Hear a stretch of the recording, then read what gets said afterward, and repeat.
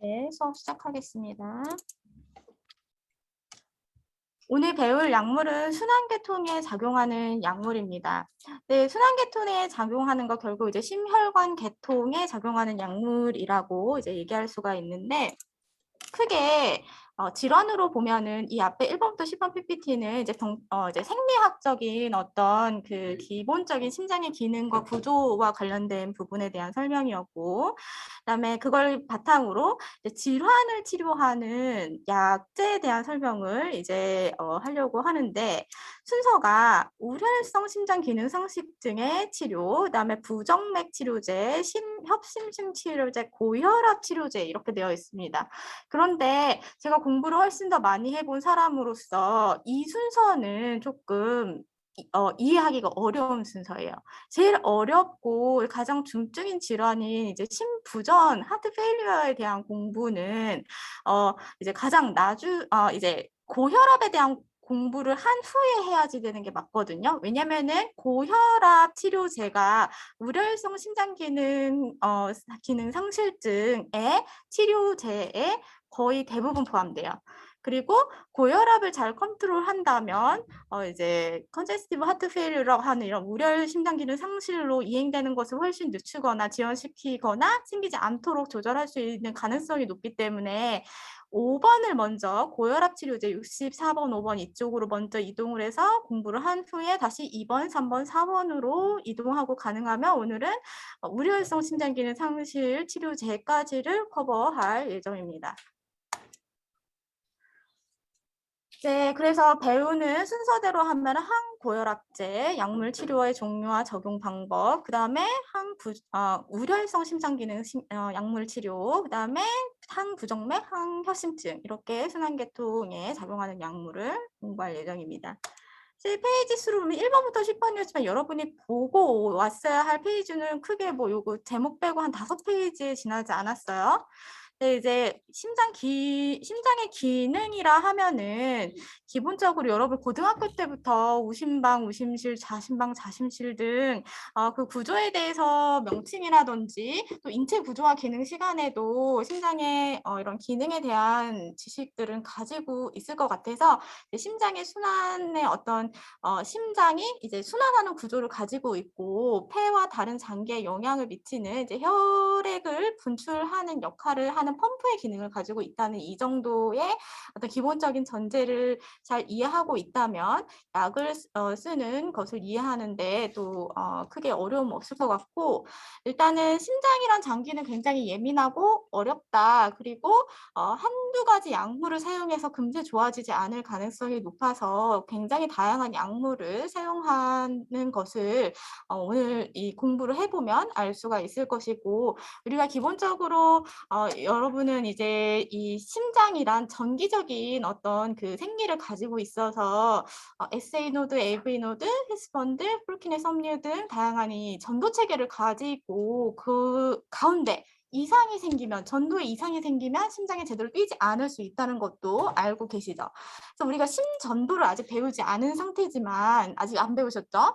심장의 그런 어떤 그 뛰는 리듬을 파악하는 것이 굉장히 중요하고, 심장의 분국, 탈분국, 대분국 등 이런 네 단계의 어떤 활동 전이를 이제 사상 페이지로 구분을 하게 되는데, 이걸 지금 다 제가 가르칠 수도 없고 여러분은 심전도를 정상화시키는 약물에 대해서 이제 배울 거다라는 것 정도로 일단 이 부분은 여러분이 읽으셔야지 되는 거고, 이 부분은 제가 시험엔 내지 않지만 이 부분에 대한 이해가 없으면, 저는 생리학을 가르치거나 인체 구조를 가르치면 이 부분은 시험에 내지 않아요. 제가 강의하지 않은 부분은.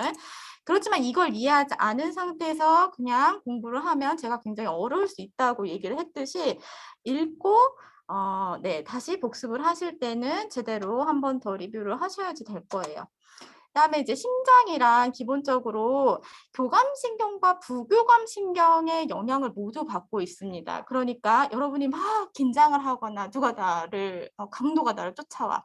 막 이렇게 심장이 두근두근 되는 것이 심장이 굉장히 열심히 일을 해서 그렇게 되는 것이죠. 그건 이제 교감신경계가 굉장히 흥분되었을 때 그런 작용이 뭐에 의해서 일어나죠? 아드레날린. 아드레날린의 수용체는 크게 베타 1, 2, 3까지 있고 알파도 1, 2가 있습니다. 그래서 굉장히 많은 뒤에서 다시 공부를 하실 거예요. 약물의 사용에 있어서. 교감신경계의 지배를 받고 있기 때문에 이제 베타1 수용체의 활성에 의해서 그 효과를 나타낸다. 그다음에 칼슘 농도도 영향을 미쳐요. 그러니까 전해질을 사용하는 약물도 많이 있을 수밖에 없다는 거죠.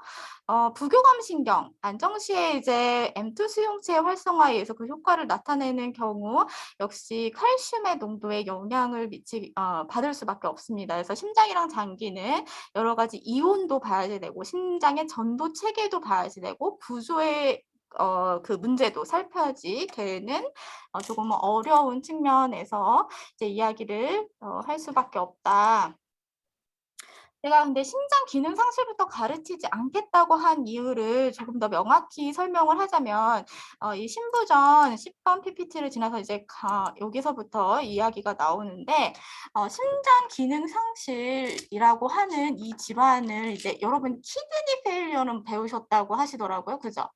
페일리어라는 단어가 어떤 의미로 사용되는 거죠? 제대로 기능을 하지 못할 때 그 단어를 이제 사용하게 되는데 거기에 심장 대신 이제 카디악, 하트 우리가 알고 있는 심장이라는 단어 이제를 갖다 넣으면은 심장의 기능이 제대로 되지 않는다. 심장은 아까 뭘 하는 기관이라고요? 펌프 작용을 한다고요. 전신의 혈액을 뿜어내는 순환을 돕는 그 기관인데 이게 제대로 펌프질을 하지 못하면 폐와 전신으로 혈액을 제대로 분출해내지 못하고 정체되어 있겠죠.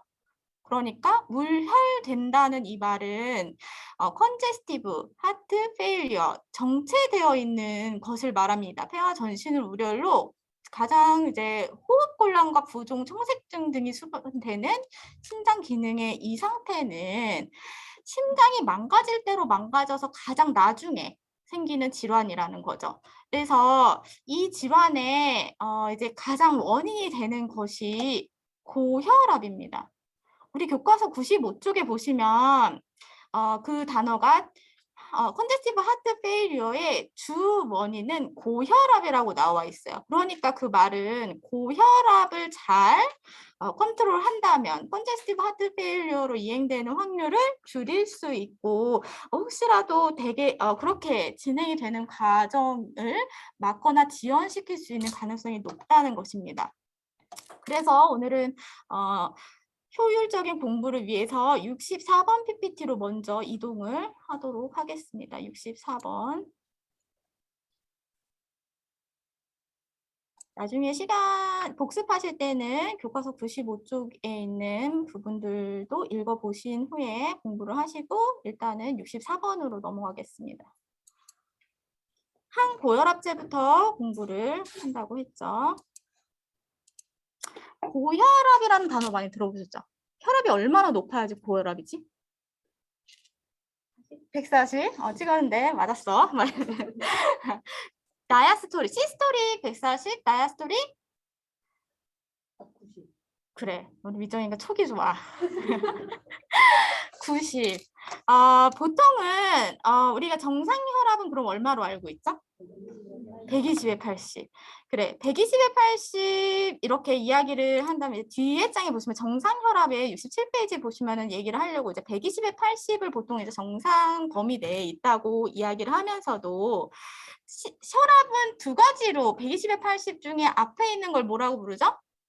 수축기. 이거는 이완기, 시스토릭, 다이아스토릭. 다이아스토릭 뒤에 있는 이 부분이 이제 90 이상일 경우에 고혈압을 진단하는 것을 주로 이야기를 하는데요.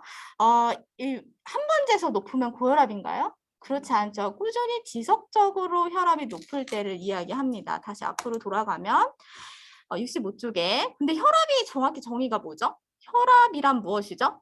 여기 보면 혈관 내에 혈액이 흐르는 혈관 벽이 받는 압력. 심장이 마구 쿵쾅쿵쾅 뛰어서 혈액을 뿜어내면 그 혈액이 가서 혈관에 가서 부딪히는 압력. 그러니까 정상적으로 약한 강도를 계속 이렇게 혈관에 적당한 압력으로 가서 부딪히는 건데 여러분도 이렇게 적당히 이렇게 만지는 건 괜찮은데 누가 때리면 아프죠. 적당한 압이 아닌 높은 압력으로 지속적으로 1분에 몇 회? 한 심장은 몇 번 뛰어? 60에서 100회. 하트레이트가 보통 정상 범위가 60에서 100회인데 빨리 뛰는 사람, 심장에 문제가 있는 사람은 막 150회, 200회까지 이제 하트레이트가 증가된다고 비정상적인 경우 더 많이, 더 세게 때린다는 거죠. 그렇게 되면 어떻게 될 수도 있어요? 뇌출혈. 이런 식으로 근데 모든 사람이 혈관이 갑자기 뭐 혈압이 200 이렇게 시스톨이 올라가고 다이아스톨이 뭐 이제 120까지 올라간다고 해서 갑자기 죽지 않아요. 저는 제가 보았을 때는 몇 시간 이상 180, 180, 180이어도 죽지 않거든요, 사람이.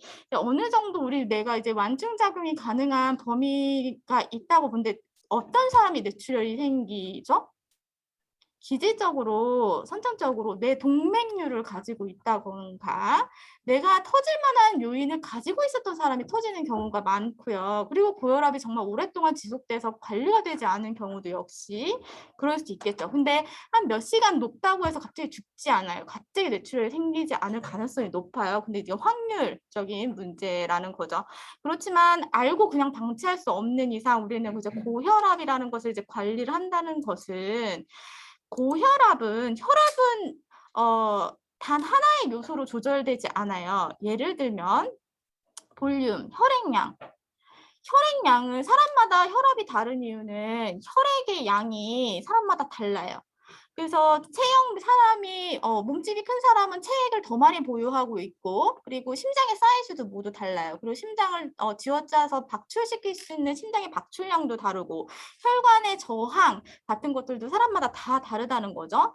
그래서 이런 어떤 교감신경체, 뭐 알파 수용체, 베타 수용체 이런 것들이 나오는데 결국 우리 혈관도 심장도 근육으로 볼 수 있거든요. 그래서 이런 근육의 어떤 그 것들을 다 고려하였을 때 사람마다 각기 다를 수밖에 없고 이 모든 것을 고려하였을 때 개개인별로 그 약물을 사용하는 것도 이제 천차만별일 수 있다.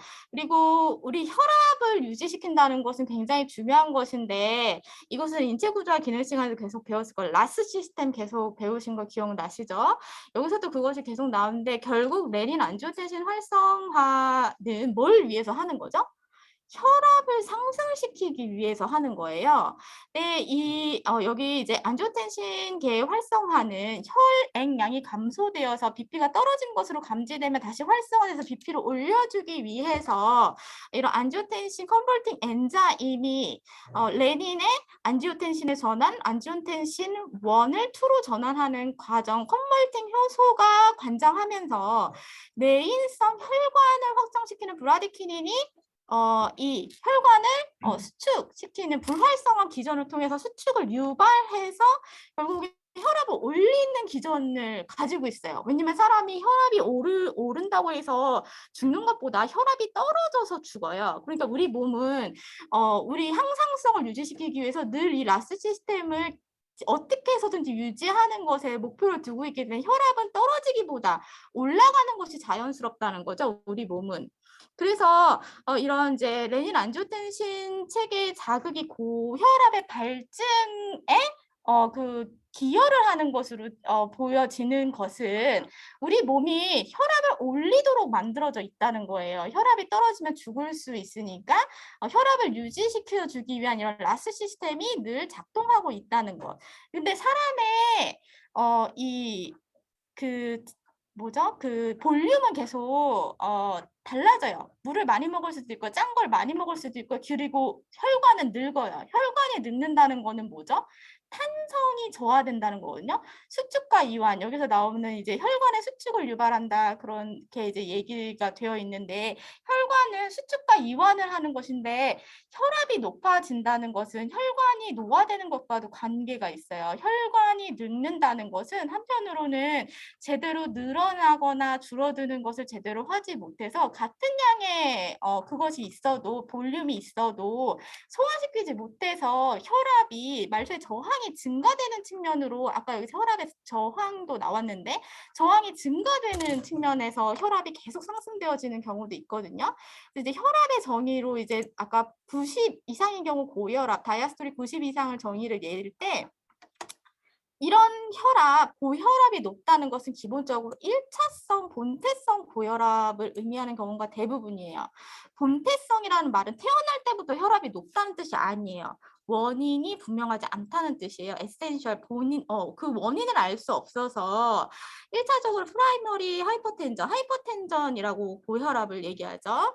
약어로 HTN으로 적습니다. 근데 이제 하이퍼텐전은 기본적으로 프라이머리가 붙든 안 붙든 대부분의 경우 10명 중 9명 이상이 원인을 몰라. 그냥 나이 들어서 혈압이 생겼어. 이렇게 얘기하시는 어르신들이 많이 계시는 것은 나이가 든다는 것은 심장도 늙고 혈관도 늙고 전반적인 노화의 과정 중에 고혈압이 생기는 특별한 원인이 없지만 그 중에서도 연령이 가장 중요한 요인으로 꼽히기 때문이에요. 그리고 유전적인 것도 굉장히 큰 영향을 미칩니다. 그래서 엄마 아빠가 고혈압이 있으면 자녀들도 나이가 들에 따라서 다시 고혈압이 생길 가능성이 높은 것은 이런 본태성 고혈압의 특성상 특별한 원인이 없어도 유전적인 영향을 받기 때문이죠. 또한 비만, 후천적으로는 비만, 운동 부족, 흡연과 음주 등이 영향을 미쳐요. 대부분이 그렇지만 이제 2차 고혈압은 원인이 명확해요. 예를 들면 아까 라스 시스템에 대해서 얘기를 했는데 레닌 안지오텐신계를 자극하는 신장에 어떤 질환이 존재하거나 부신에서의 이런 스테로이드 호르몬과 관련된 이 스테로이드를 계속 생성해내는 어떤 종양이 생겨 있던 상태. 아드레날린이 아까 혈압을 상승시키는 교감신경을 자극한다고 했는데 이런 종양이 생겨 있는 상태에서 아드레날린을 마구 분출해. 지금 흥분하지도 않았는데 이 종양에서 그런 걸 생산해낸다고 했을 때는 이 종양을 똑 떼어내서 이 종양만 제거하면 혈압은 떨어진다는 거죠. 우리의 관심에는 물론 2차 고혈압 당시 어떤 위중도에 따라서 약물 치료가 필요하죠. 딱 보기에도 특수한 경우죠. 흔치 않은 경우들이라는 거죠. 그래서 우리의 관심은 이제 보통은 1차성 본태성 고혈압의 장기적인 관리를 위한 약물에 있다라고 이야기할 수 있습니다. 여기 이 표는 굉장히 중요해서 이제 별표를 치시고 여기 있는 이 페이지만 잘 이해를 해도 오늘 배울 내용의 3분의 1은 배웠다라고 이제 생각을 할 수가 있습니다. 제가 먼저 공부를 해본 사람으로서 이제 쉽게 그래도 어느 정도 이걸 암기를 쉽게 하는 방법을 제가 고민을 하다가 여러분에게 그 도움을 드리려고 제가 약간의 메모를 해드리도록 하겠습니다. 제가 수업하는 중에 계속 얘기를 할 거예요. A, B, C, D.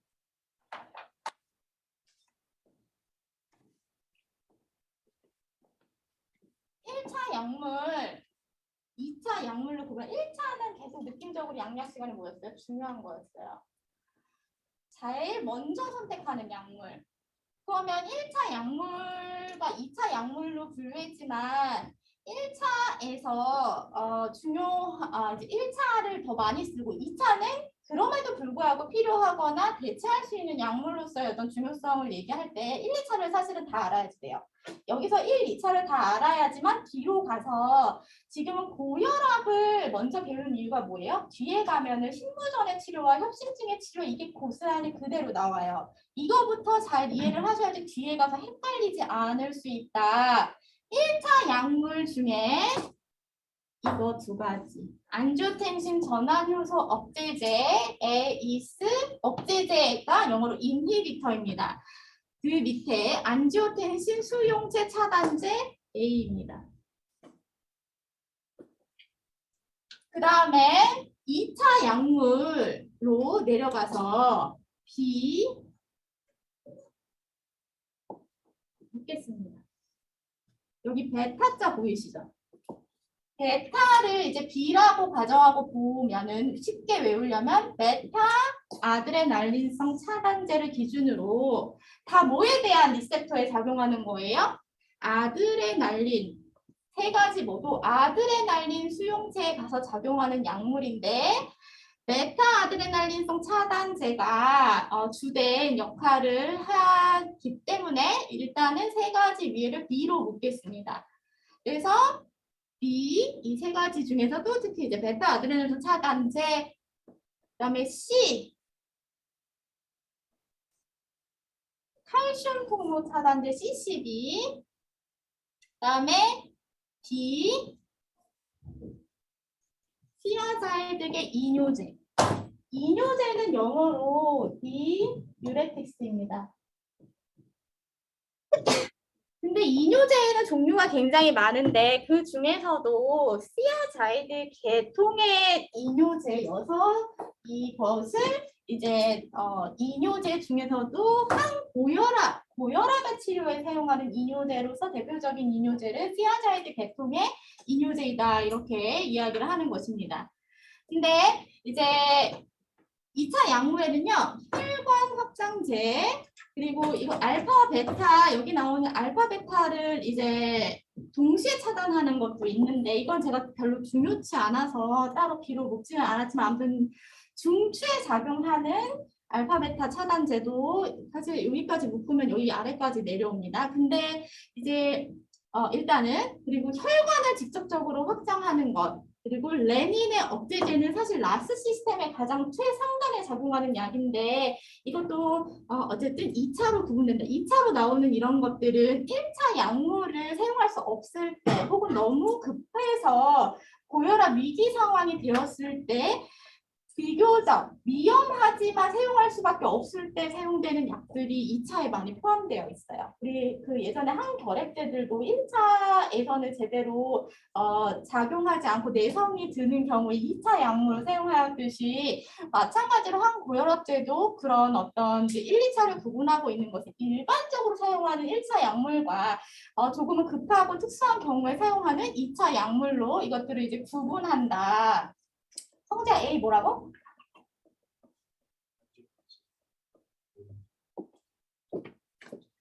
이제 줄여서 에이스 이니비터. 동규야 이거 뭐라고? A 두 번째?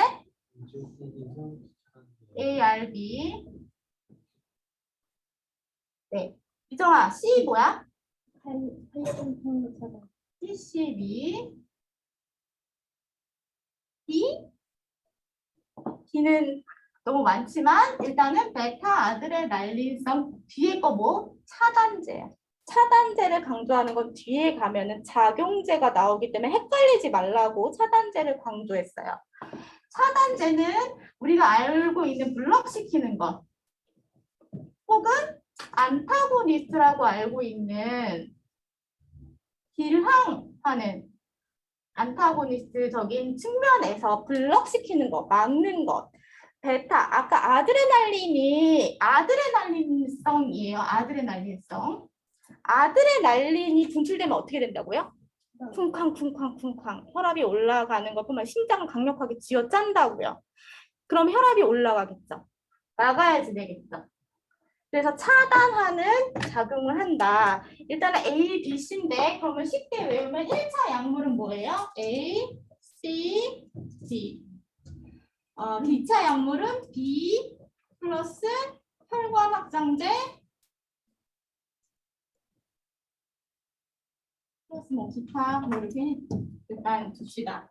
그런데 일단 1차 약물에서도 중요한 거 딱 두 가지를 골라라 하면 뭘 것 같아요? 잘 찍는데? 순서대로 찍어봅시다. A, C가 맞아요. 항고혈압제 1차 약물의 양대 산맥을 꼽으라면은 A와 C예요. A와 C에다가 A 더하기 D, C 더하기 D 등 이렇게 묶어서 병용해서 쓰는 경우가 많아요. 왜냐하면 볼륨을 줄이는 측면에서 이뇨제만큼 효과적으로 볼륨을 확 줄여줄 수 있는 약은 흔치 않아요. 물이 많은데 펌프가 짜야 할 게 많아. 아무리 좋은 약을 줘도 짜야 할 게 많다면은 힘들다는 거죠. 그래서 물을 빼주는 약과 함께 약을 쓴다고 한다면 이렇게 묶어서 쓰는 것이 좋다는 거죠. 이것은 이제 미국의 이제 심장의학회에서는 의사들도 아무 약이나 A 이번에 줘볼까? 이번 C 줘볼까? 이렇게 처방하지 않아요. 임상진료 지침이 새로운 신약이 개발되고 임상평가를 마치고 나면 새로운 약에 대한 정보를 주면서 요즘 나온 약 중에 이것과 이걸 섞어 쓰는 게 가장 효율적으로 혈관과 심장을 관리하는 데 도움이 돼. 이런 것을 바탕으로 고혈압 진료 지침을 내리는데 미국의 그 정보를 한국에서도 고스란히 번역해서 대부분 쓰고 있거든요. 그래서 이런 미국 심장의학회의 그런 어떤 임상진료 지침에 따라서 계속적으로 약이 업데이트 될 뿐만 아니라 우리도 공부를 해야지 되는 부분이 많이 있어요. 그래서 지금 제가 얘기를 했는데 A, C, D, B와 기타 혈관 확장제 기타 여기서 1, 2차를 사실 이렇게 나눠 놨는데 이제 고혈압의 치료제에서 제가 중요한 거 A, C, D 중에서도 A와 C가 중요하고 D는 경용에서 써. 그 2차지만 베타는 강력해. 이렇게 알려주었는데 협심증에 가서는 A, B, D는 여전히 중요한데 C는 빠져. 이런 식으로 계속 약어로서 여러분과 의사소통을 할 수밖에 없어요. 시간이 너무 부족해서 여러분이 이걸 잘 따라오시려면은 A, B, C, D를 잘 기억하셔야지만 효율적으로 암기를 하는데도 도움을 드릴 수 있어요. 그다음에 이제 그림으로 돌아오겠습니다. 여기 나와서 A, B, C, D를 잘 보시고 다시 한번 확인을 하시고 그림 요 앞에 보시면 제가 화살표로 이제 이렇게 표시를 하면은 A는 뭐라고요? 우리가 라스 시스템 상에서의 이 두 가지 레닌에서 안지오텐신 2로 전환되는 과정에서의 컨버팅 효소를 억제하는 안지오텐신 컨버팅 엔자임을 억제하는 인히비터로서 A 첫 번째 A죠. 근데 라스 시스템 내에서 어디를 차단시키는지에 따라서 AC 이니비터와 ARB의 이 단계만 다를 뿐 사실은 거의 동일한 약으로 볼 수 있어요. 그러니까 작용 기전상에서 거의 유사한 어떤 경로를 보이고 있기 때문에 안지오텐신 2가 혈압을 올리니까 안지오텐신 1에서의 2로 어떤 변환을 억제하는 그 과정을 가지거나 안지오텐신 2가 가서 달라붙는 리셉터를 막는 차단시키는 수용제 차단제의 경우에는 이 방지에서 혈관을 확장시킨대요. 혈관이 확장된다는 것은 고무호수가 확 늘어나서 같은 볼륨이 있어도 길을 넓혀줘서 혈액이 지나가는 길을 넓혀주어서 혈압을 떨어뜨린다는 거죠. 비교적 효과가 좋은 1차 약물들은 이제 혈관을 확장시키는 기전으로서 이제 같이 작용을 해요. 근데 이제 직접적으로 혈관을 늘리는 직접 혈관 확장제 이런 것들은 어디 나와 있죠? 2차 약물에 있어요. 직접 혈관만 확 늘렸어. 라스 시스템에 관여하지 그냥 혈관에 가서 작용하도록 만들면요. 훨씬 더 부작용으로서 이제 세동맥의 평혈근에 작용해서 혈관 확장을 하는데 다른 부작용을 많이 생성하여서 2차 약물로 구분이 되어 있지만 기본적으로 안지오텐신 차단제 이런 것들도 A도 혈관 확장 기능을 가지고 있어요. 직접적이 아니라 한번 거쳐서. 그리고 B는 어디 있죠? B는 베타 차단제 여기 나와 있죠. 이게 이제 부교재에 나와 있는 것인데 이제 심장의 수축력을 감소시킨대요. 하트 레이트도 감소시키고 이제 그만 나대 그만 천천히 뛰어 이렇게 막는 역할 블럭시키는 역할을 함으로써 혈압이 상승되는 걸 막는다. 유사하게 리셉터로서 뭐에 대한 베타 리셉터라고요? 아드레날린의 수용체는 알파2도 있고 알파1도 있어요. 1, 2. 알파1은 막아야 하고요. 알파2에는 작용해야지 돼요. 그래서 일단은 알파에 대한 부분은 그 정도로 해서 결국은 다 혈관을 확장, 심박수를 줄이고 시축력을 줄이는 측면에서 하는 것이 이제 B다. C. 칼슘 통로 차단제도 역시 고무호수를 확장시키는 역할을 가지고 있습니다. D. 이뇨제. 소변 볼륨을 감소시켜서 혈압을 떨어뜨린다. 소변량을 늘린다는 거죠. 여기 이 페이지를 공들여서 이렇게 열심히 설명한 이유는 이제 살을 붙여서 대표적인 A에 해당하는 물질, B에 해당하는 물질들을 외우시고 부작용을 모니터링하고 어떻게 사용해야 하는지 등에 대해서 공부를 해야 하기 때문에 여기에 굉장히 이제 집중을 해야지 된다고 이야기를 했던 것이고요. 그 다음 장으로 넘어가겠습니다. 제가 우리 책의 순서가 굉장히 아쉽다고 얘기를 했었는데 여기 나와 있는 것으로 따지면은 지금 2차 약물부터 소개를 하고 있거든요. 제가 지금 항고혈압제 중에서 제일 중요한 거는 A와 C고, 그 다음에 D를 병용하거나 이제 기타 이제 위험한 순간에 사용하는 경우에 이제 베타 아드레날린 착용자라든지 직접적인 혈관의 확장제에 대해서 사용을 언급하였는데 우리 책이 혈관 확장제부터 소개하고 있어요. 근데 제가 순서를 계속 왔다 갔다 하면 여러분이 헷갈리니 제가 중요하다고 했던 것에 별표를 치시면서 강의를 들으시되 근데 이게 중요하지 않은 건 아니에요. 제가 왜 이게 가장 먼저 나왔을까를 생각해 보니까 이게 고혈압의 위기에서 사용할 수 있는 것들을 먼저 알려주려고 그렇게 하지 않았나 그렇게 생각을 하면 좀 긍정적인 부분도 있거든요. 그래서 일단은 지금 뭐부터 배운다고요? 2차 약물의 혈관 확장제부터 나오고 있는 거예요. 저거를 지워야지만 제대로 보이겠죠.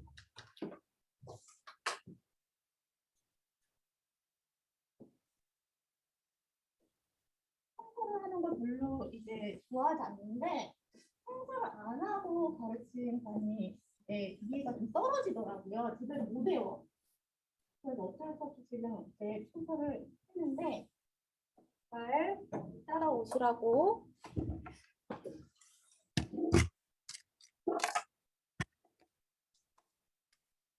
혈관을 확장시킨다는 것은 동맥과 정맥을 모두 그냥 확 늘려버린다. 그래서 혈압을 하강시킨다. 여기 혈관 확장돼 말초 동맥과 정맥을 모두 확장시켜가지고 혈압을 하강시키는 것이 대표적인 이제 물질이 니트로프로사이드 혹은 니프리드, 니트로프레스라는 약물이 있습니다.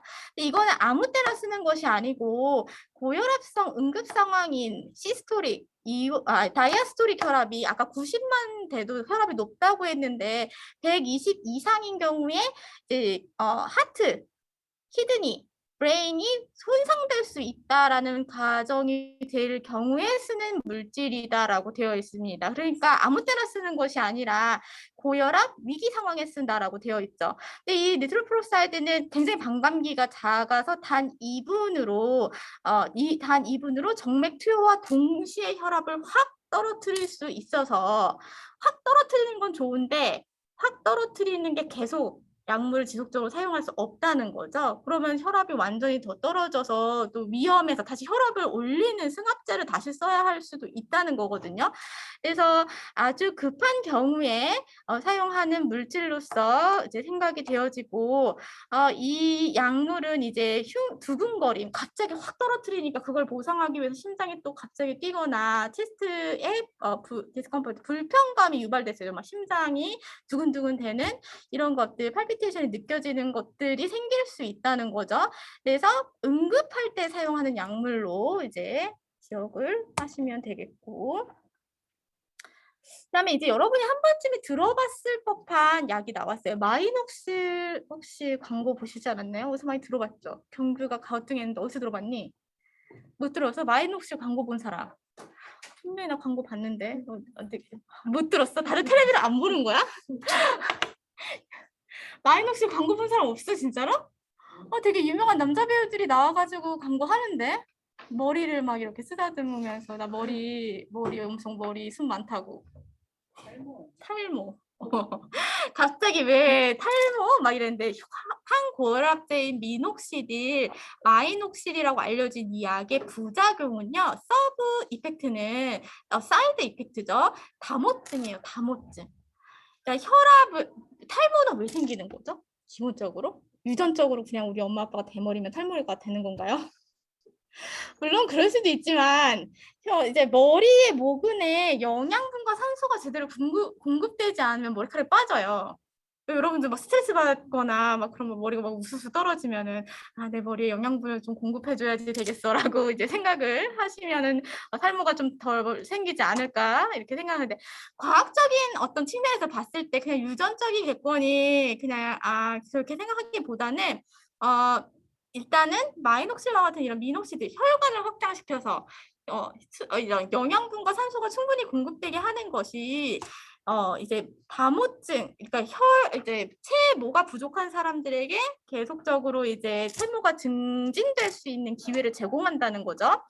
그래서 고혈압과 탈모증 치료에 사용할 수 있다. 네, 여기에 나와 있듯이 고혈압 치료에는 경구 투여되고 탈모증의 치료에는 불효. 먹는 약도 주지만 장기 복용할 경우에는 여러 부작용이 나타날 수 있어서 뿌리는 형태로 많이 사용하고 바르거나 뿌리는 형태로. 그리고 가장 나중에 선택된다고 했어요. 고혈압의 장기 치료에서 이제 뒤에서 약이 아까 A, B, C, D가 쫙 나와 있는데 이건 그중에서 혈관 확장제 일부일 뿐인데 아주 나중에 제일 나중에 일부 선택되는 선택 사항에 사용이 된다. 이것은 주로 이제 수분의 저류와 심장 박출량의 증가를 조절하기 위해서 이뇨제라든지 알파 수용제 기량제와 함께 쓰는 경우 이제 고혈압 치료에 선택되어진다. 이것이 이제 빠른 맥, 빈맥과 심장 독성을 유발할 수 있다는 점이 이제 주요하게 고려해야지 돼서 1차적인 약물로 볼 수는 없지만 탈모증의 치료에도 활용이 될 수 있다는 측면에서 임상적 가치가 있다. 혈관 확장제 중에서 정말 많이 쓰는 거 한 가지를 골라라 했으면 저라면 하이드랄라진을 고를 것 같아요. 히드랄라진, 하이드랄라진, 아프레졸린 여기 나와 있는 이 하이드랄라진은 정말 많이 쓰는 약이에요. 지금 몇 호실에 누구 환자가 뭐 POD 이틀째 수술하시고 이제 입원하신 상태이신데 혈압이 오늘 아침 8시 바이탈이 뭐 190에 100이 측정되었어요. 그럼 제가 전화를 해서 담당이에게 노티를 해요. 지금 몇 호실에 누구 환자가 경과가 어떻고 혈압이 190에 100이다. 그러면 의사가 별로 생각도 안 하고 하이드랄라진 0.5앰플 주세요. 이렇게 얘기해요. 그만큼 가장 많이 선택되어지는 약이 하이드랄라진이다. 근데 이제 하이드랄라진은 중증도 및 심한 고혈압의 치료에 베타 기량제, 아까 베타 차단제 B와 함께 그리고 CRCID계 이뇨제인 D와 함께 사용이 된다. 아까 2차 치료제에서의 베타 차단제 그리고 시아자이드 1차 치료제 이뇨제와 함께 사용을 하는데 이 약은 비교적 혈관 확장제인 아까 니트로프로사이드보다는 조금 안전한 측면을 가지고 있어서 고혈압 위기 상황이나 임산부의 고혈압 조절에도 사용할 수 있고요.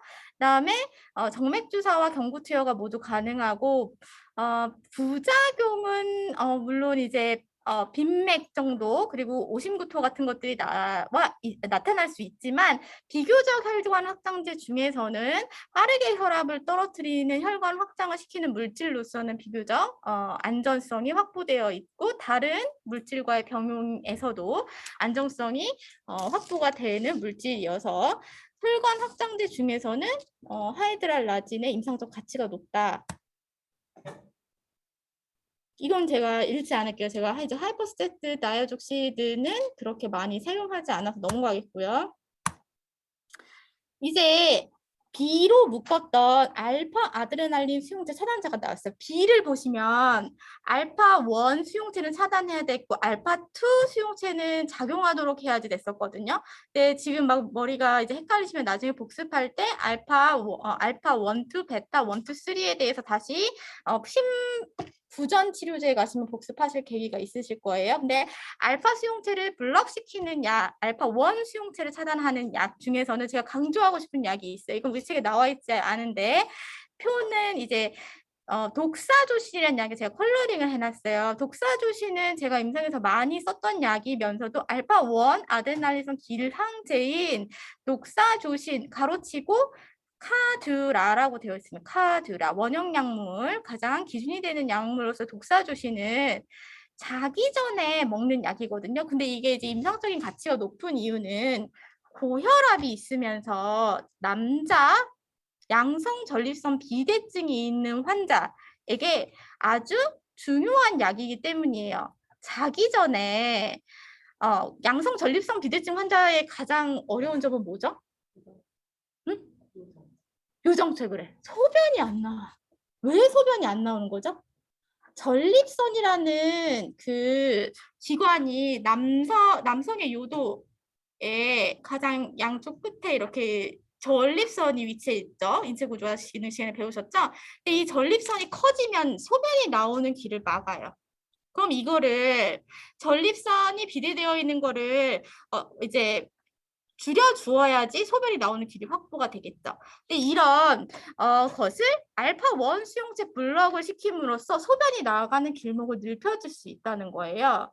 그래서 카듀라라는 것을 자기 전에 먹으면, 독사조신을 먹으면은 남자면서 혈압이 높으면서 양성 전립선 비대증이 있는 환자가 자기 전에 먹으면 아침에 일어나면 소변을 아주 시원하게 볼 수 있도록 미리 자기 전에 만들어 놓는다는 거죠. 그래서 소변이 안 나오면 뭐가 문제예요? 볼륨이 많아져. 몸 안에 수분이 정체되어 있는 거잖아요. 그러니까 볼륨을 적당히 빼주면서 혈압도 낮출 수 있는 기전을 가지고 있기 때문에 굉장히 임상적 가치가 높아요.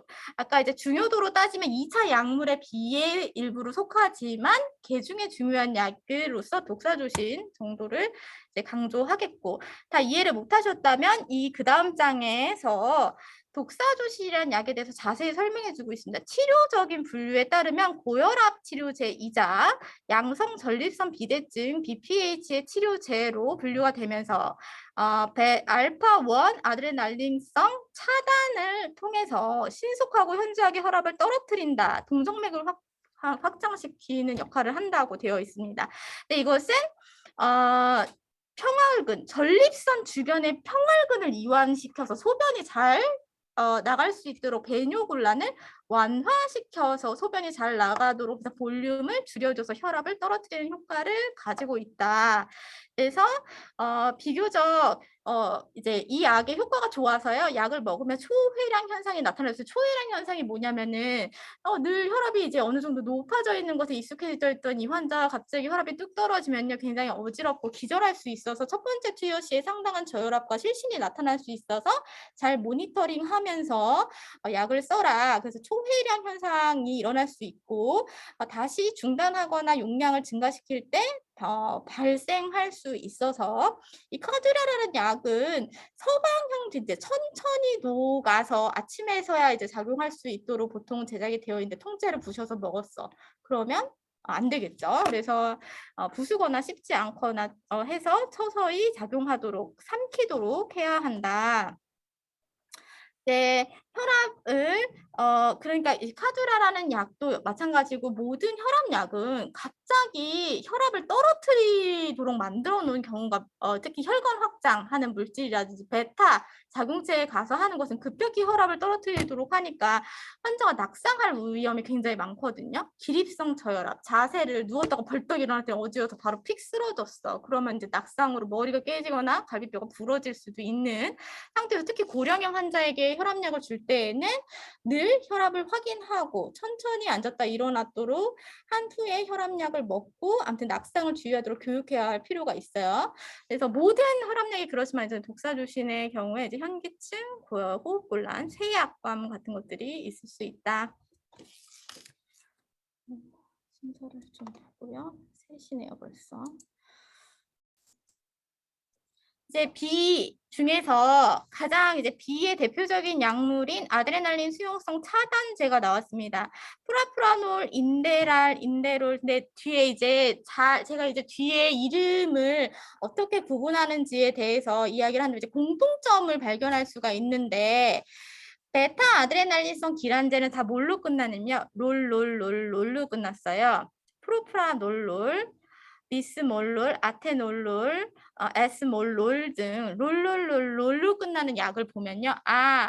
이게 베타 아드레날린성 수용체 차단제일 가능성이 높다는 생각을 가지시고 이제 약물의 그 일반명을 확인하시고 그게 베타 아드레날린 수용체 차단제인지를 왜냐면 우리가 환자를 입원시키면요. 환자가 지금 먹는 약이 어떤 거예요? 그럼 약봉투를 이렇게 딱 줘요. 그래서 이 약 이름이 혹시 어떻게 되나요? 물어보면 모르겠는데요. 처방전이 혹시 있으면 집에 놓고 왔어요. 이러면 우리는 약을 다 찾아내야지 돼요. 어떻게 찾으면 되죠?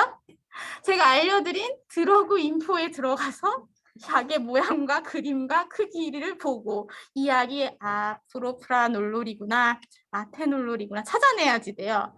근데 이게 베타-1 차단, 베타 차단제인 것을 알아야만 하는 이유에 대해서도 사실 얘기를 해주고 싶은데 이런 사람들은 약을 그냥 먹는 게 아니라 보통은 수술을 받으러 이제 왔는데 수술할 때 먹어야 될 약과 수술할 때 먹지 않아야 할 약을 구분하거든요.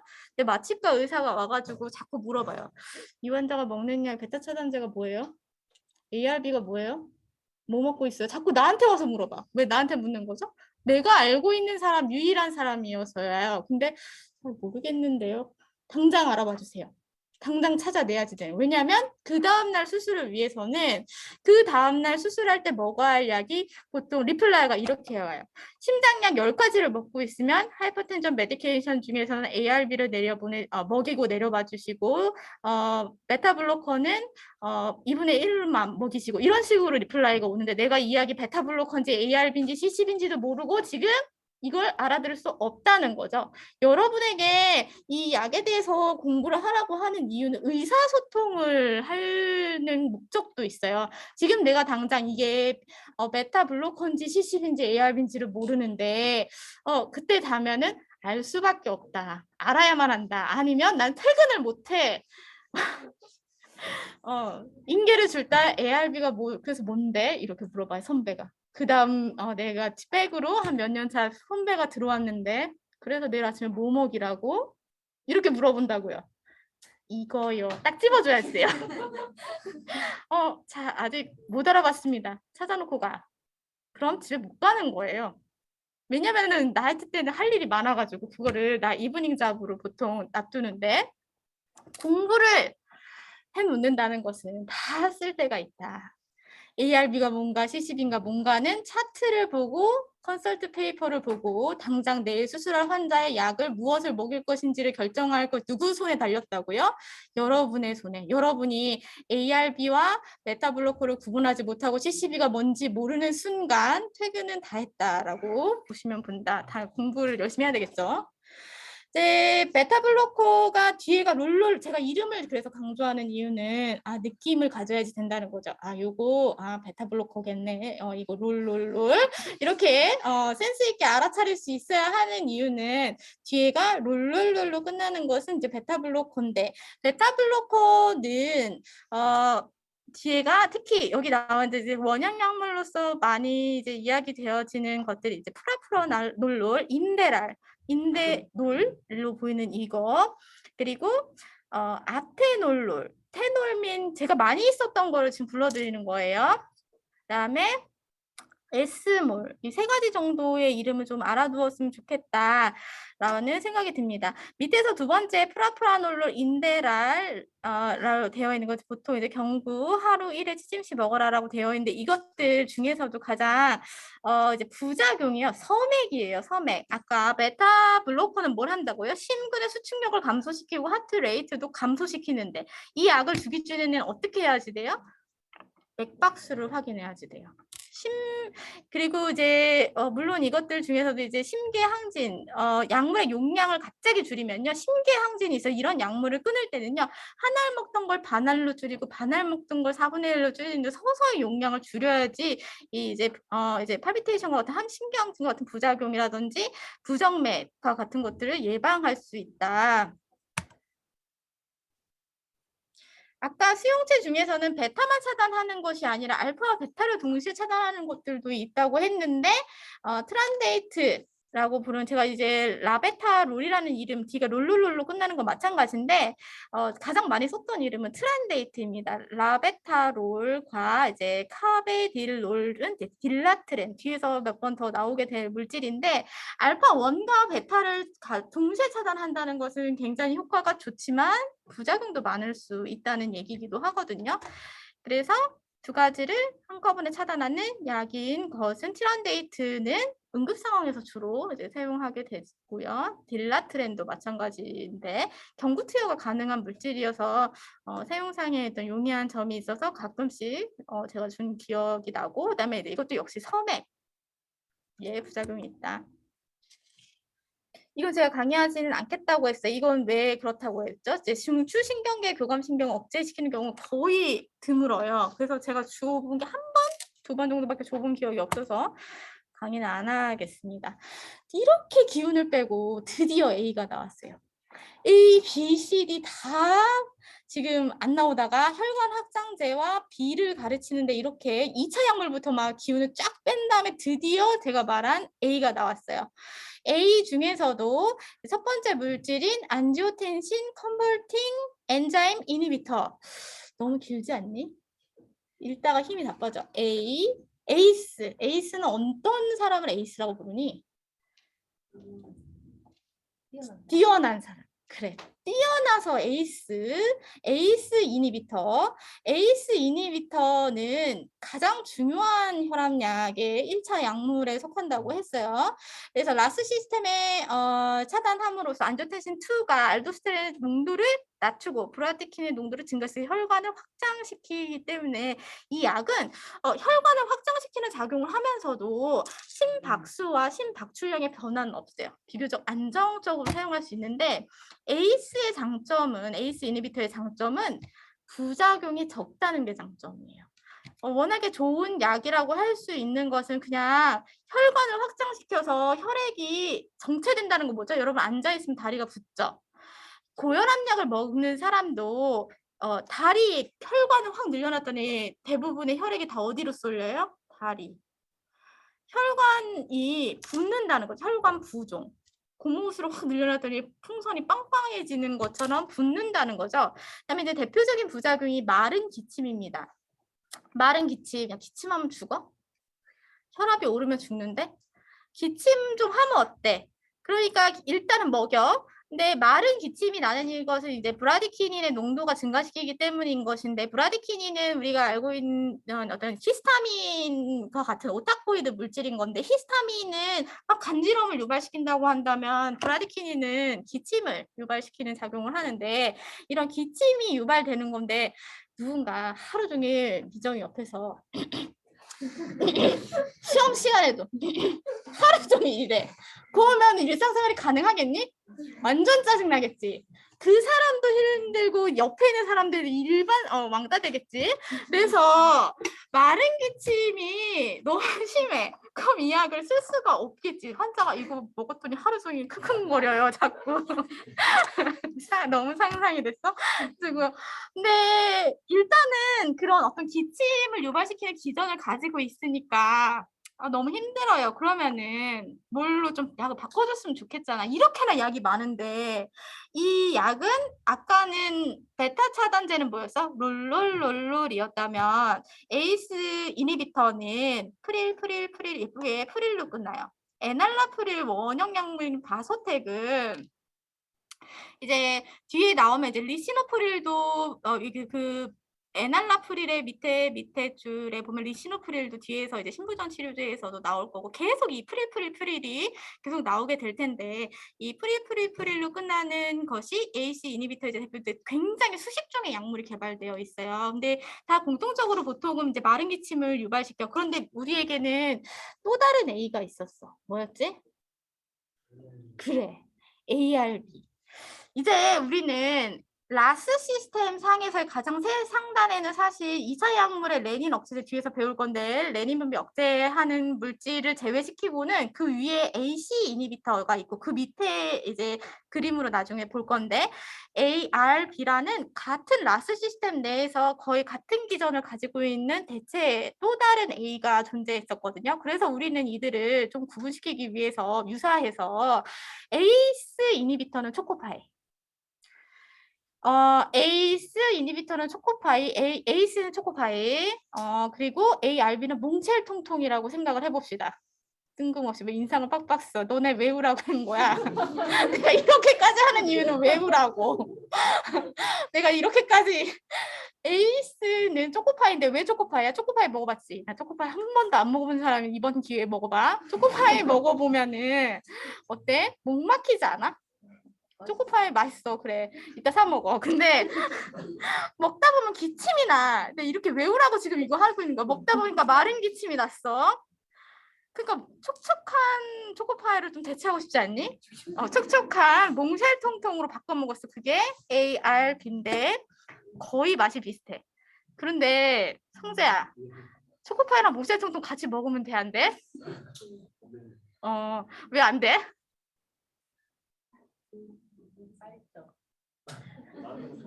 넌 먹어도 되지. 근데 고혈압 환자는 초코파이랑 몽쉘통통 먹으면 안 돼, 같이. 왜냐하면 같은 작용을 하는 것이어서 부작용이 더 강조될 수 있기 때문에 ARB와 뒤에 또 나올 거예요. 그 빠르게 통과하려고 미리 가르치는 거야. ARB와 ACE 이리비터 초코파이 몽쉘통통 같이 먹지 않는다. 초코파이의 대표적인 약물인 에날라프릴, AC 이니비터의 대표적인 물질은 거의 중요한 얘기 다 하고 왔기 때문에 가장 흔히 처방되는 에이스 이니비터이다. 근데 이것은 이제 반감기가 케토프릴 뒤에도 나올 건데 이제 대조되는 어떤 측면에서의 유사한 프릴로 끝나는 AC 이니비터보다 훨씬 반감기가 길어서 하루에 한 번, 여러분 하루에 2번 먹는 약보다 한 번 먹는 약이 편리하겠죠. 그래서 이 약을 먹는 것은 한 번만 먹어도 돼서 이제 용이하다라고 했고 굉장히 현저하게 혈압을 떨어뜨리면서도 단독으로 사용하거나 다른 항구혈압제 특히 이뇨제와 함께 병용해서 썼을 때 그 효과가 좋은 것으로 알려져 있습니다. 특히 이제 여기 나와 있듯이 하이드로클로로시아자이드 이게 이뇨제죠. 이뇨제를 병합한 고정용량 복합제로 고정용량 복합제 뭐죠? 한 알만 먹게 하기 위해서 에날라프릴과 하이드로클로로시아자이드를 섞어서 한 알로 만들어낸 고정 용량 병합제 한 알만 먹게 되어 있는 약들도 있다. 약 이름은 제가 읽지 않는데 여러분이 보게 될 이름과 다를 수도 있어. 아무튼 고정 용량 병합제도 많이 나와 있다. 네, 이제 이것도 역시 신코. 여기서 처음 약을 줄 때는 조심해야지 된다. 이뇨제와 달리 에날라프릴과 같은 AC 이니비터는 전해질의 교란을 잘 일으키지 않지만 뭐 하나를 꼭 봐야지 안전하다 한다면 포타슘의 농도 정도는 모니터링하는 게 좋다라고 되어 있습니다. 그리고 A도 역시 혈관을 확장시키기 때문에 혈관 부종, 다리가 붓는 등의 부작용이 있을 수 있다라고 밑줄이 쳐져 있고 근데 이제 이뇨제와 함께 복용했을 때 한편으로는 칼륨의 소실을 증가시켜요. 이뇨제는 포타슘을 소실시키느냐 포타슘을 보존시키느냐 다음 주차에 배울 텐데 어쨌든 K의 모니터링, 포타슘의 모니터링이 필요하다는 측면에서 이제 기억을 해두시면 좋겠고 우리가 배웠던 엔세이드, 염증이 있는 사람도 혈압약을 계속 먹을 수 있잖아요. 그럴 때에는 혈압의 강화 작용이 감소될 수도 있대요. 엔세이드의 사용과 연관 지어서 볼 때. 그래서 약물을 증량시켜야 할 가능성도 있다는 것이죠. 그다음에 이제 A의 두 번째 약 이거 뭐라고요? 몽쉘통통.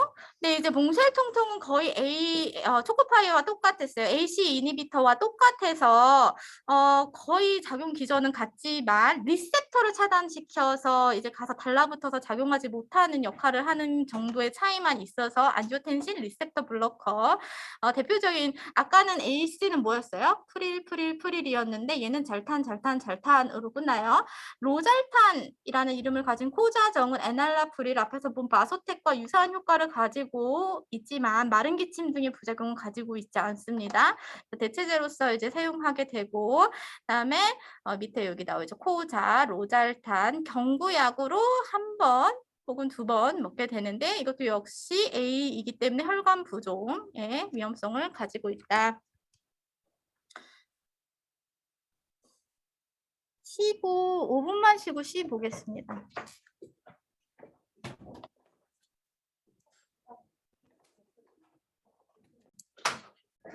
네, C로. 네. 칼슘 통로 차단제, 칼슘 기량제 아까 특히 A와 함께 대표적으로 많이 쓰는 약이 C인데 C는 사실 칼슘 채널 기량제에서 심장에서 가장 중요한 이유는 칼슘을 블럭시킨 거여서 이제 효과가 뛰어날 수밖에 없겠죠. 근데 여기 C도 종류가 굉장히 많은데 여기 있는 이 약들은 제가 뭐 하나 중요하지 않은 약을 고르기가 어려울 정도로 사실 많이 쓰는데 이 니모톱이라는 약은 조금 이제 빈도는 떨어지긴 하지만 이제 공통적으로 무슨 글자가 보이냐면 디핀. 디핀자가 칼슘 통로 차단제에 이제 붙는 끝 이름이 디핀이고요. 일부 약물에서는 잼 등을 사용하고 있습니다. 베라파, 닐티아잼 등을 사용하고 있습니다. 근데 이제 여기 나와 있는 약들은 제가 다 많이 썼었던 약이면서 이것들은 이제 혈관을 말초 혈관과 관상 혈관을 확장시키고 심박동수를 감소시킴으로써 혈압을 떨어뜨리는 작용을 한다. 칼슘 이온이 블록되면 말초 혈관이 확장되고 하트레이트는 감소하고 혈압이 떨어진다는 기전을 가지고 있는 것인데 여기 나와 있는 노바스크는 뒤에가 암로디핀이거든요. 디핀.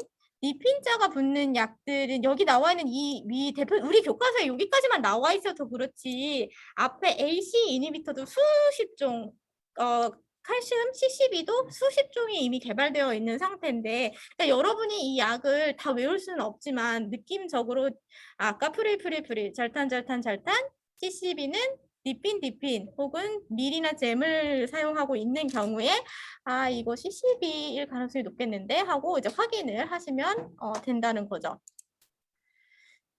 니페디핀, 아달라트 여기 나와 있는 요거 이제 니페디핀, 아달라트를 우리 불교재에서 이제 원형 약물로 소개시켜주고 있는데 아달라스 정은 고혈압 치료제이면서 협심증 치료제라고 분류하고 있습니다. 그러니까 뒤에 보면 협심증에서 다시 보게 될 약물이라는 거죠.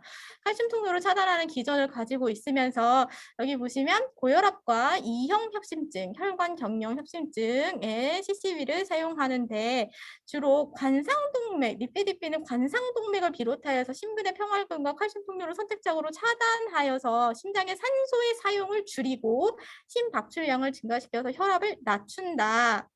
속방형 캡슐과 서방형 제제로 나와 있는데 뒤에가 XL자가 붙으면은 서서히 릴리즈 되어서 작용이 오랫동안 지속되는 형태를 아까 앞에서 알파 수용제, 알파1 수용제 사용돼서 카듀라라는 약 보고 왔잖아요. BPH 환자에게 준다는 그것도 카듀라 XL로 붙이면 이것도 역시 서방형 제형을 이야기하는 여기서 보시면 맨 위에 상단에 원형 약밀 니페디핀 아달라트 CC정 속방형과 프로카디아 XL XL 제형인 서방형으로 이렇게 구분된다라고 되어 있습니다. 근데 이 약은 심근경색이 있는 경우 협심증 치료제로도 쓴다고 했잖아요. 근데 협심증이 더 이렇게 진행되면 협심증은 극심한 흉통을 유발해 심장이 아파서 통증을 느끼는 그것을 협심증이라고 하는데 협심증이 계속적으로 있어서 이제 컨트롤되지 않으면 MI, 심근이 경색 딱딱하게 굳었다. 심근 경색이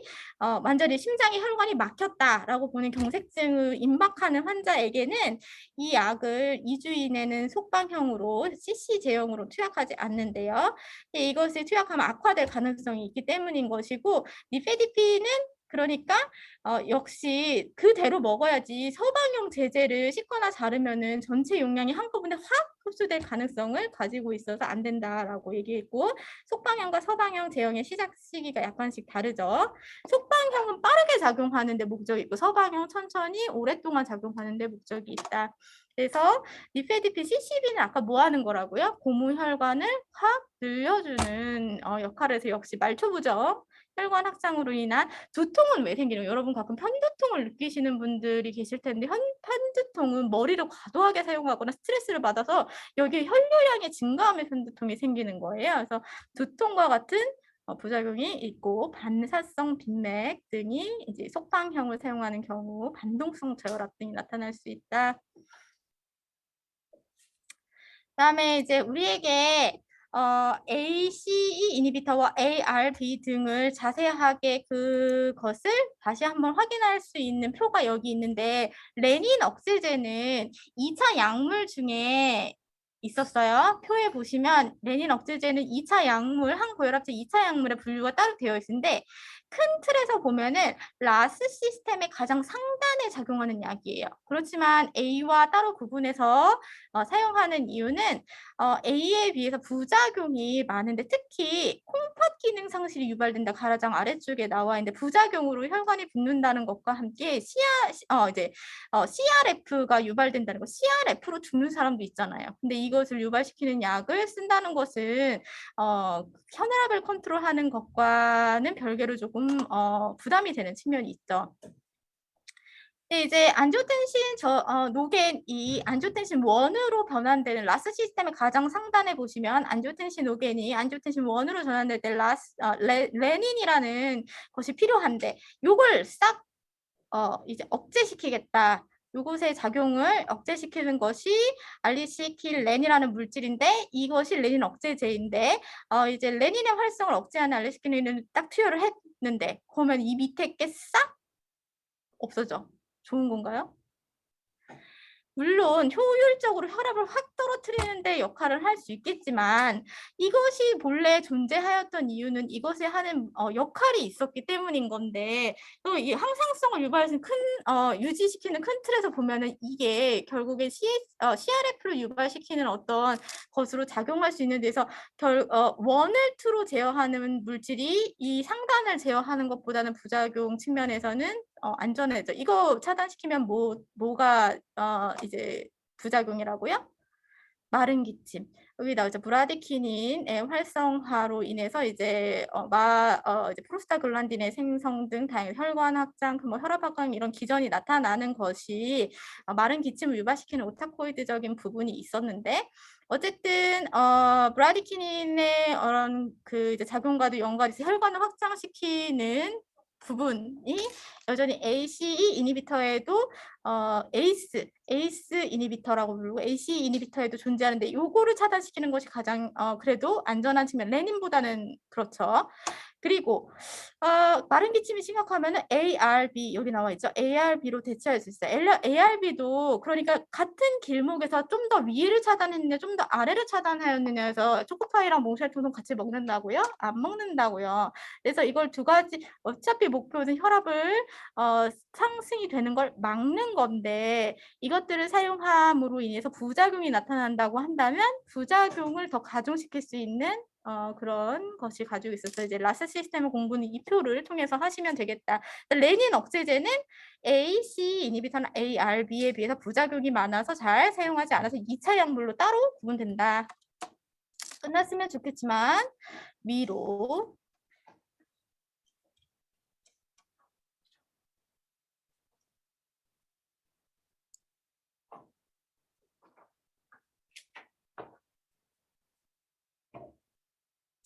우려성 심장기능 성실증 치료제 강심제라고 나와 있어요. 여기서 이제 정신을 똑바로 차려야지 되는데 앞에서는 심장이 강력하게 짜면 됐어요? 안 됐어요? 안 됐어요. 근데 심부전에서는 심장이 펌프질을 제대로 못하니까 강력하게 짜야지 돼요. 이거를 이제 명확하게 생각하셔야지 돼요. 신부전을 배우지 않았다고 해서 잠시 영상을 보여드리도록 하겠습니다. 신부전의 발생 기전. 잠깐만요.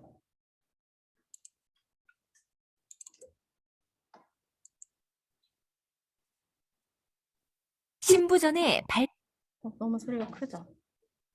어떻게 줄여야지 되지? 제 컴퓨터의 볼륨을 줄여야죠. 잠이 왔겠죠? 10점. 신부전은 어떤 걸 신부전이라고 하는지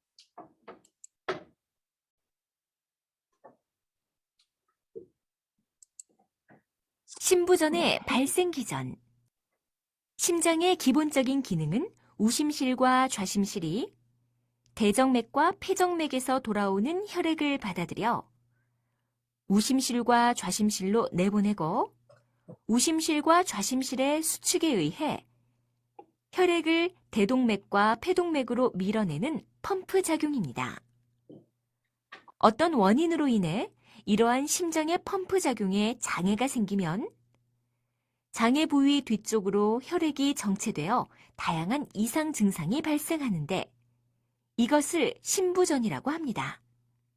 신부전 상태에서는 혈액순환이 원활하지 못해 연약한 폐 조직으로 체액이 스며들면서 폐에 물이 차는 폐부종이 발생하기 때문에 움직일 때 숨이 찬 증상이 가장 먼저 나타날 수 있습니다. 우리 막 지하철 계단 이렇게 올라갈 때 보면 이렇게 난간을 부여잡고 막 숨을 막 몰아주시는 할머니, 할아버지를 볼 수 있는데 아마도 심부전을 질환으로 가지고 계실 가능성이 높아요. 여기서 말하는 심부전은 일상생활이 불가능할 정도로 정말 폐에 물이 차서 이제 숨이 쉬기가 어려운 정도로 심장의 박출의 그 기능이 떨어져 있는 것을 얘기를 하는 것이고, 그러니까 심장이 잘 짜주도록 만들어주는 게 목표겠죠. 컨제스티브 하트 페일리어의 C는 울혈을 이야기하는 것인데 정체되어 있는 이 혈액이 제대로 심장이 쥐어짜서 다시 전신으로 보낼 수 있게 심박출량을 향상시키는 것과, 그리고 산소의 공급이 제대로 되지 않는 조직으로 가서 제대로 산소가 공급되도록 하는 데 치료의 목표가 있다는 것이죠.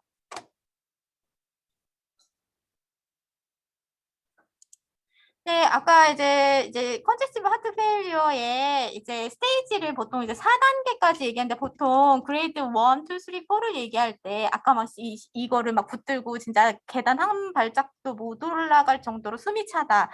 그러면은 이제 신체 활동에 뚜렷한 제한이 있거나 이제 신체 활동을 수행할 수조차 없고 그냥 누워서 숨만 쉬어야지 되는 환자들, 이런 환자들 그리고 조금 괜찮다고 한다면 특별히 증상이 없을 수도 있겠지만 초기 단계로 그렇지만 대부분의 심장은 앞에서 이제 책을 다시 읽어보시면 알겠지만 심장이 손상되는 것은 보상 기전이 존재하지 않아서가 아니에요. 보상 기전, 내인성 기전과 외인성 기전이 모두 열심히 작동을 하여도 망가질 수밖에 없기 때문에 망가지는 그 과정 중에 우열이 계속 가중되어서 이제 그레이드가 계속 이제 4까지 진행되는 경우 약을 쓰지 않을 수 없다는 거죠. 그래서 이제 약이 작용하는 기전을 볼 때 전부하 이제 쥐어짜도록 한다는 것은 저항이 이미 존재하는 상태에서 박출을 잘 되게 하려면 부하를 감소시키는 방법, 그리고 혈압을 떨어뜨려서 이제 후부하를 감소시키는 방법, 라스 시스템에 여전히 혈압을 계속 이제 염두에 두어야지 되기 때문에 이런 혈관의 수축 기전을 억제하는 측면에서의 약물이 작용 기전을 사용하게 된다. 당연히 이표도 중요하겠죠. 여기서 제가 정신을 똑바로 차려야지 된다라고 이야기를 하는 것은, 앞에서는 심장을 강력하게 짜면 안 됐어요. 근데 여기서는 심장을 이제 강력하게 짜줘야지 되는데, 우리 책은 여기 이제 만성과 급성으로 제가 구분했는데, 제가 다른 반 수업에서 이거를 이제 강조를 하지 않았더니, 그럼 다 차단제를 쓰는 건가요? 다 작용제를 쓰는, 분명히 설명을 했는데도 자꾸 헷갈려 하는데, 만성 심장 기능 상실에서는요, 베타 차단제라고 되어 있고요. 급성 기능 상실에서는 베타 작동제 혹은 작용제라고 되어 있습니다. 그런데 급성과 만성을 무자르듯이 자를 수 있나요? 없어요. 심장은 좋아졌다가 나빠졌다가, 물론 여러분이 생각하는 크로닉 자를 받으면 배수는 뭐지 한 6개월 이상, 1년 이상, 3년, 몇 년 계속 연으로 그것들을 만성 질환으로서 물론 되고 이해를 하고 있는데, 크로닉 하트 페일리어의 상태에서 계속적으로 근근히 유지를 하다가요, 갑자기 상태가 확 나빠지는 건 다시 큐트의 측면에서의 심장 기능 상실의 상태가 될 수가 있어요. 그러니까 양면을 다 이해하셔야지 돼요. 달달달달 외워서 이거는 급성, 이거는 만성, 이게 아니라 두 가지의 약물을 아고니스트와, 제가 약 동학을 강의할 때 그 얘기를 했었어요. 안타고니스트와 아고니스트, 작용제와 기량제는 세트야. 같이 공부해야지 돼.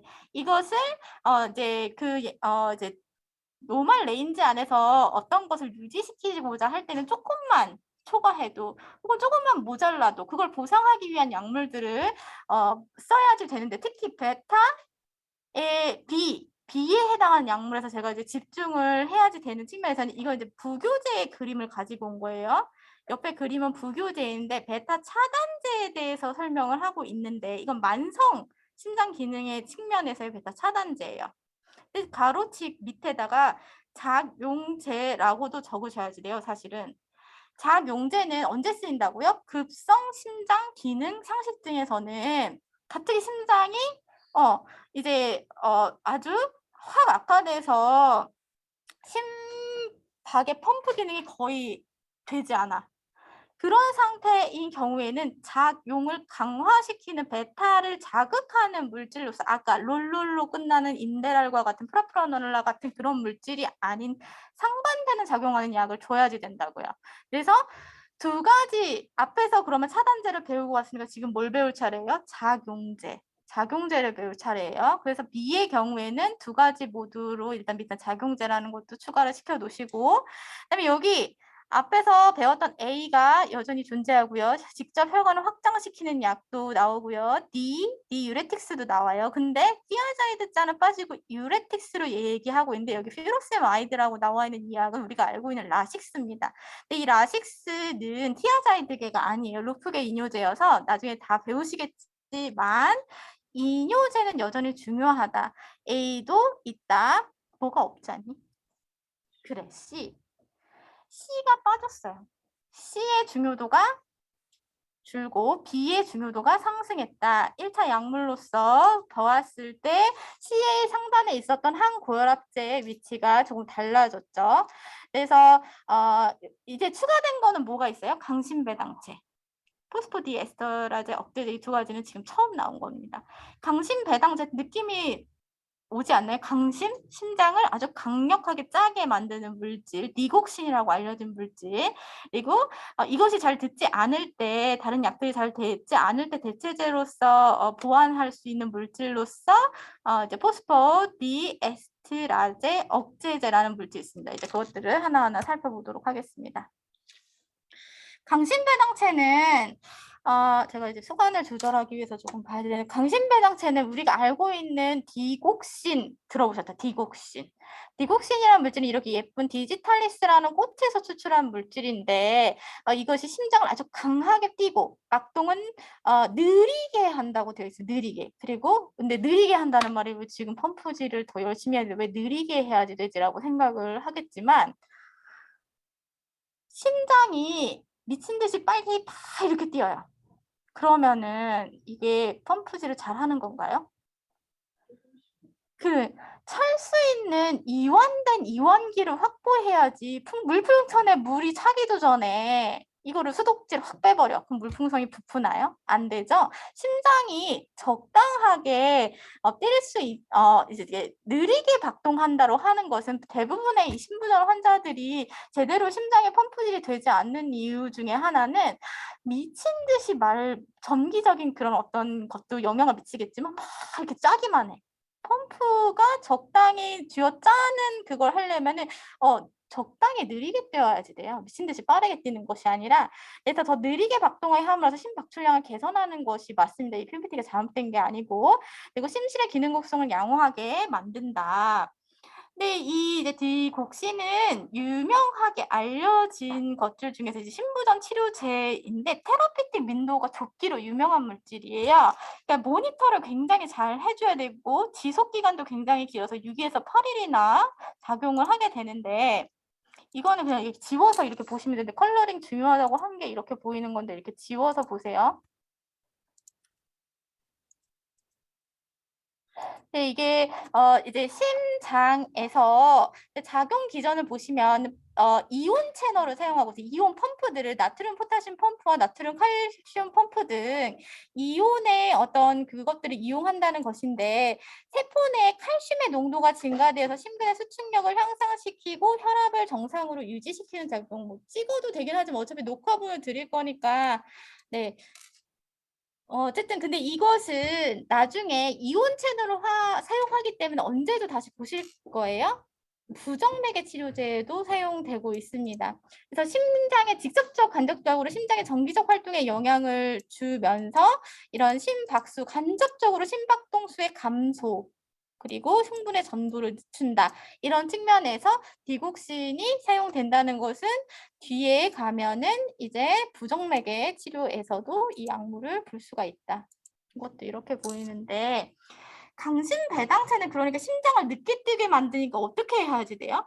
심장이 너무 늦게 뛰지 않는지를 모니터링 해야지 돼요. 심장이 아까 몇 회 뛰는 게 정상이라고요? 그래. 근데 우리 맥박 어디서 재? 여기. 그런데 여기에 무슨 맥박을 재래? 그래, 심천맥박. 여기서 재는 거 아니라 심장의 소리를 들으라고요. 청진기를 끼고. 이렇게 재는 거는 말초의 맥박만 느낄 수 있는, 여기서 재면은 우리가 무슨 그 한의사도 아니고 맥박의 리듬과 질을 평가할 수 있나요? 이거 듣고 아 강해, 약해 이거 못 느낀다는 거죠.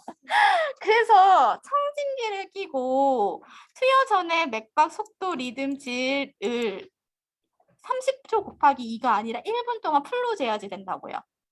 그래서 심천 맥박 에이펙스 컴프레션을 하는 그런 위치 아시죠? CPRC의 그 에이펙스 심첨의 부위에서 소리를 듣고 그 부위에서 들은 횟수가 60회이면서 규칙적이면서 동일하게 그 질이 유지가 되는지를 평가해야지 된다고요. 근데 이게 제대로 확보되지 않으면 의사에게 알리고 이 약을 주라고요? 주지 않아야 한다는 거예요. 혈중 디옥신 수치를 당연히 혈액학적으로 노말 레인지 내에 디옥신의 농도가 위치하는지를 보아야지 되죠. 근데 이것은 이제 칼슘, 저칼슘 혈증을 보이거나 손상된 환자의 부정맥이 이미 있는 환자에게 여기 금기사항에 보시면 쉽게 말하면 AV 블록 혹은 심부전과 관련된 심실성 부정맥이 있는 환자에게 주지 말라고 했는데 이 약을 쓰면은 일부 신장 기능이 손상된 환자들에게 부정맥을 초래할 수가 있대요. 그러니까 이미 부정맥이 있는 환자에게는 위험이 가중될 수 있기 때문에 이제 쓸 수가 없다는 것이죠. 그리고 이뇨제 등과 함께 사용할 때 더더군다나 위험해진다라고 되어 있습니다. 우리가 빠른 빈맥, 타키카디아 100회 이상, 심실성, 벤트리큘러 아직 우리가 이거 제가 용어를 쓸 때 좀 조심스러워 여러분이 배우지 않았기 때문인데 심방과 심실 중에 심실에 문제가 있는 경우 훨씬 사망의 위험도가 높아지거든요. 근데 이제 심실세동이 있다는 것은 이제 구역부터 오신 목표보다 이게 훨씬 더 위중한 부작용인 거죠.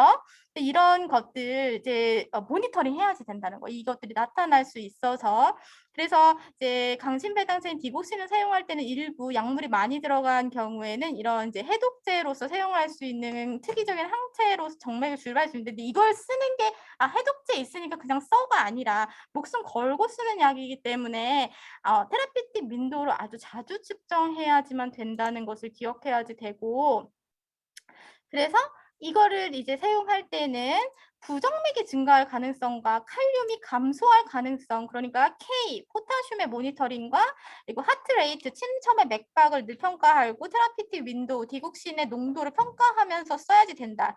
이런 디곡신을 사용하는 것을 디지탈리스 요법, 이제 디기탈리스 요법이라고 얘기하거든요.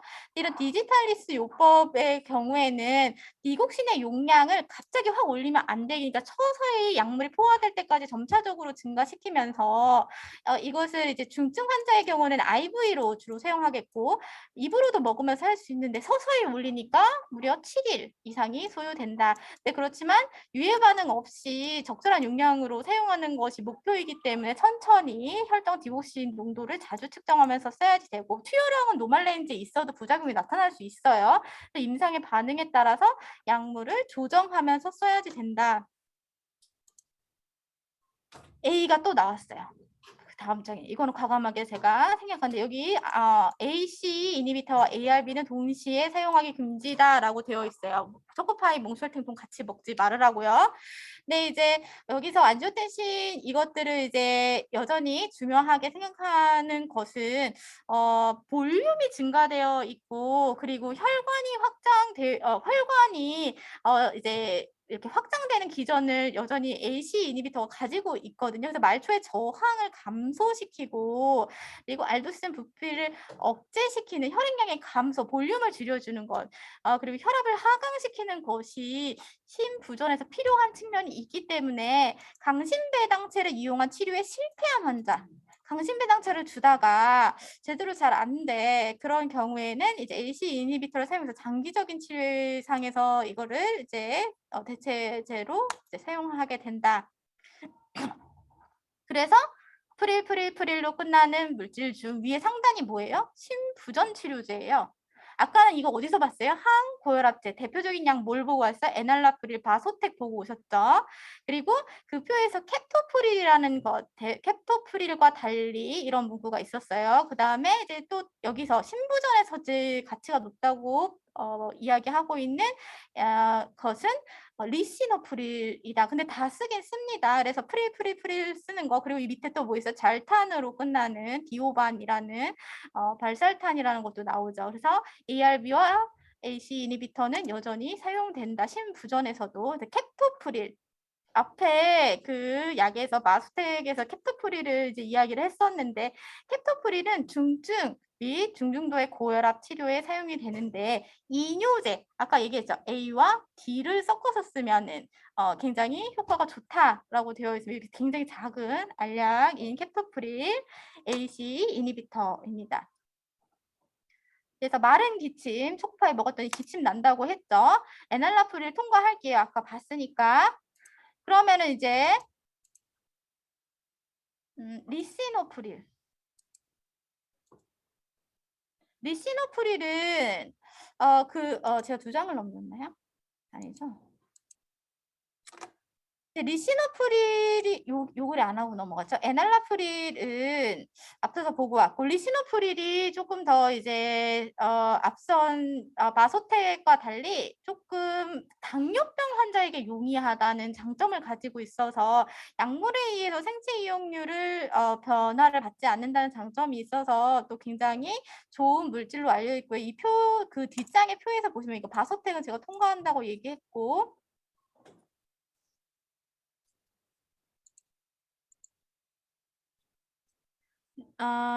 리시노프릴의 경우에는 제가 이걸로 볼게요. 너무 작죠.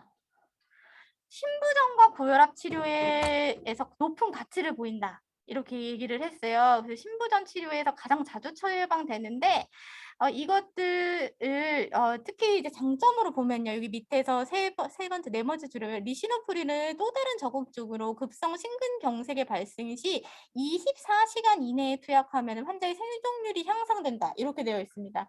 심근경색으로 죽어가는 환자에게 24시간 이내에 리시노프릴을 주면은 생존율이 올라간다는 것은 굉장히 장점을 가지고 있는 거거든요. 그래서 기왕이면 신부전이 있는 환자에게 이 약을 쓰는 것은 다양한 이런 긍정적인 측면이 있다는 거죠.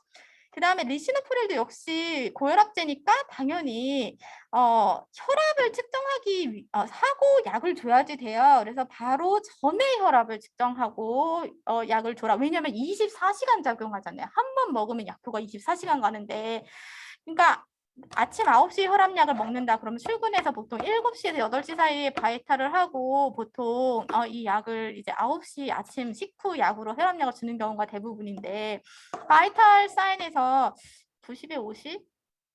환자가 어지럽진 않대. 줘도 될까요? 생각해 봐야지 된다는 거 의사하고 상의를 해서 이 약을 계속 줄 것인지에 대해서 물어야지 된다는 거죠. 그리고 AC 이니비터니까 역시 부작용은 적지만 뭐 일부에게서는 이제 래시와 같은 이제 스킨 래시와 같은 것들이 나타날 수는 있다. 혈관 부종 이런 것들이 나타나죠. 엔세이드에 대한 내용이 똑같습니다. 엔세이드와 함께 먹으면 항고혈압 작용을 감소시킨다라고 되어 있죠. K의 모니터링이 필요하다. 같은 것들은 빠르게 넘어가야겠습니다. 여기서부터 이제 그 다음 장에서부터 B가 나오는데 앞에서 보던 그 B가 아니에요. 그 B는 B인데 앞에서 배운 차단제는 제가 차단제, 자궁제, 급성과 만성에서 동시에 사용하니까 앞에서 배운 롤롤롤롤로 끝나는 거 말고 이제 아고니스트를 배워야지 된다고 했어요. 앞에서 배운 거는 안타고니스트 혹은 블러커 등을 배우고 왔다고 했어요. 그렇지만 제가 B반인가요? 어느 반에서 요거를 베타 차단제는 신부전의 단일 요법으로 거의 사용되지 않은 요거를 차단제를 여기가 작용제여가지고 작용제로 이렇게 딱 고쳤더니 애들이 그러면 싹 다 고치나요?